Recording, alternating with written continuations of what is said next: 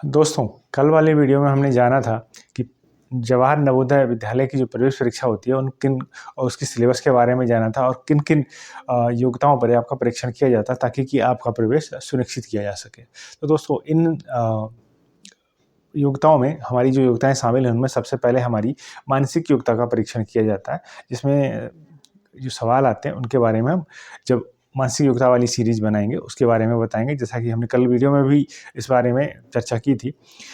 आज की जो सीरीज़ है वो हमारी अंकगणित योग्यता को लेकर है, जिसमें हम अंकगणित में आने वाले सिलेबस को कवर करेंगे और साथ ही उस पर एक पूरा जो कवरेज है वो पूरा कवरेज करने की कोशिश करेंगे ताकि कि आपकी जो तैयारी है प्रवेश परीक्षा के लिए वो सुनिश्चित की जा सके। साथ ही जो तीसरी योग्यता थी भाषा परीक्षण के संबंध में, उस पर भी हम वीडियो बनाने जल्द ही शुरुआत करेंगे और ताकि कि आपके पास तीनों ही योग्यताओं के लिए जो स्टडी मटेरियल है, वीडियो सीरीज़ है, वो जल्द से जल्द आपके पास पहुँच सके और आपकी तैयारी बहुत अच्छी तरीके से हो सके और आप इसको बहुत जल्दी से और आसानी से पहले ही प्रयास में आप अपना प्रवेश सुनिश्चित कर सकें। तो इसके तहत हमारा जो अंकगणितीय योग्यता है, उसके संबंध में हमारा जो पहला चैप्टर है, यानी कि संख्या और संख्या पद्धति, इसमें हम शुरुआत करते हैं इसको पढ़ने की। इसी क्रम में हम बाकी के सभी जो चैप्टर हैं उनको पढ़ने की कोशिश करेंगे और जानेंगे कि इनके सिलेबस में क्या-क्या है और क्या हमें सीखना है और कितना हमें आता है और कितनी हमें मेहनत करनी पड़ेगी। तो चलिए शुरुआत करते हैं। तो हमारा सबसे पहला जो कंसेप्ट है वो हम जानने की कोशिश करते हैं कि संख्या क्या है दोस्तों? देखिए, हम जब छोटी क्लासेस में होते हैं तो हमें बताया जाता है, संख्या का कंसेप्ट पढ़ाया जाता है। मेरे हाथ में क्या है? एक मार्कर है, ठीक है? हम इसको बोल सकते हैं, लेकिन जब उसको हमें लिखना होगा, एक मार्कर मैंने बोल दिया, लेकिन ये कितनी दूर तक जाने वाला है? पहले शुरुआत में वीडियो नहीं होते थे, जब हम किसी को कोई चीज़ पहुँचानी है, या तो कहने वाला जाएगा, उसको बताएगा, जाके एक दिखाएगा, भाई ये एक मार्कर है, तो ये हो जाता है। लेकिन कहीं अगर इसी बात को दूर तक ले जाना है और जहाँ संभव नहीं हो पा रहा है, तो इसीलिए जब लिखने पढ़ने की शुरुआत हुई, तो इन संख्याओं को, कोई वस्तु कितनी है, उसको बताने के लिए कुछ चिन्हों का, कुछ संकेतों का इस्तेमाल किया गया है, जिन्हें हम संख्या कहते हैं, ठीक है? जैसे कि यहाँ लिखा हुआ है कि कितनी वस्तु हैं की जानकारी हमें संख्या से प्राप्त होती है। कोई भी संख्या है तो हम बता रही है कि वो किस बारे में बता रही है। जैसे मार्कर हमारे पास एक है, एक व्हाइट बोर्ड है ना? तो इस तरीके से हम इसको डिस्कस कर सकते हैं और इन संख्याओं को जिन संकेतों के द्वारा व्यक्त करते हैं, उन्हें संख्यांक या अंक कहते हैं।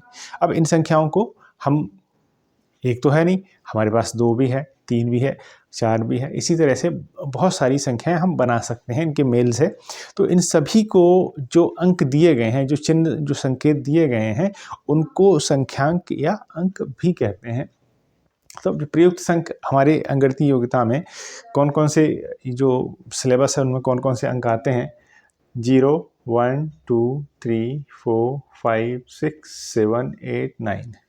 तो ये जो 10 संकेत यहाँ इस्तेमाल किए गए हैं, प्रयोग किए गए हैं, ये सभी मिलकर आपको सभी संख्याओं के संबंध में जानकारी प्रदान कर सकते हैं ना। तो पहले इनको समझने की कोशिश करते हैं। तो इसमें इन्हीं संख्याओं में जब हम आगे बढ़ते हैं तो एक कंसेप्ट आता है प्राकृतिक संख्याओं का।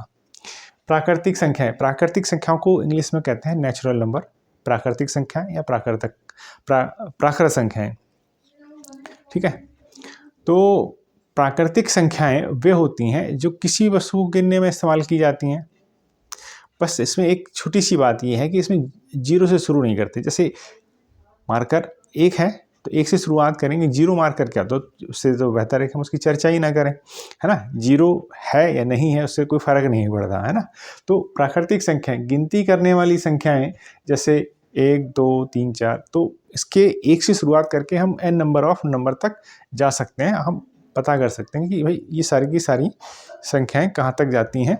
ये थोड़ा मुश्किल है क्योंकि आप प्राकृतिक संख्याओं के छोर तक नहीं पहुंच सकते, क्योंकि जो भी संख्या आप बताएंगे उससे बड़ी संख्या प्राकृतिक संख्या को ज्ञात किया जा सकता है।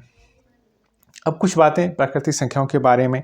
शून्य को प्राकृतिक संख्या में हम शामिल नहीं करते, ठीक है? ये दूसरे कॉन्सेप्ट में आएगा कि अगर शून्य प्राकृतिक संख्या में नहीं आता है तो हमारा शून्य कहाँ शामिल किया जाता है, इसको हम बाद में पढ़ेंगे, नेक्स्ट कॉन्सेप्ट में पढ़ेंगे। और दूसरा पॉइंट है हमारा, कोई भी प्राकृतिक संख्या, एक सबसे छोटी प्राकृतिक संख्या होती है, जैसा कि हमने कहा है कि गिनती करने वाली संख्याएं जो 1 से प्रारंभ होती हैं और अनंत तक जाती हैं, उनको हम प्राकृतिक संख्याएं कहते हैं। तो 1 हमारी जो है वो पहली और सबसे छोटी और प्रथम प्राकृतिक संख्या हो जाती है। इसके बाद कोई भी प्राकृतिक संख्या सबसे बड़ी नहीं होती। जैसे आप मानिए कि हम कहें कि अगर 100 सबसे बड़ा है तो इसमें हम +1 करेंगे तो 101 हमारा उससे भी बड़ा हो जाएगा। इसी तरह से कोई भी संख्या आप कुछ भी लिख सकते हैं, उसमें +1 ऐड कर सकते हैं तो वो उससे बड़ी हो जाएगी। अब उसको बड़ी बोलते हैं तो उसमें भी +1 किया जा सकता है तो वो उससे बड़ी हो जाएगी। तो इस तरीके से हम देख सकते हैं, हम ज्ञात नहीं कर पाएंगे कि सबसे बड़ी प्राकृतिक संख्या कौन सी है। साथ ही 1 की पूर्ववर्ती संख्या प्राकृतिक संख्या नहीं है। तो 1 की पूर्ववर्ती संख्या क्या होगी? यहाँ एक ये नया कंसेप्ट आया है, इसको हम और क्लियर करेंगे। अभी यहाँ आपको बता देते हैं कि किसी भी संख्या में, जैसे 1 है, किसी भी संख्या से पहले वाली संख्या पूर्ववर्ती यानी कि उससे एक स्थान पहले आने वाली। तो 1 से एक स्थान पहले आने वाली संख्या क्या है?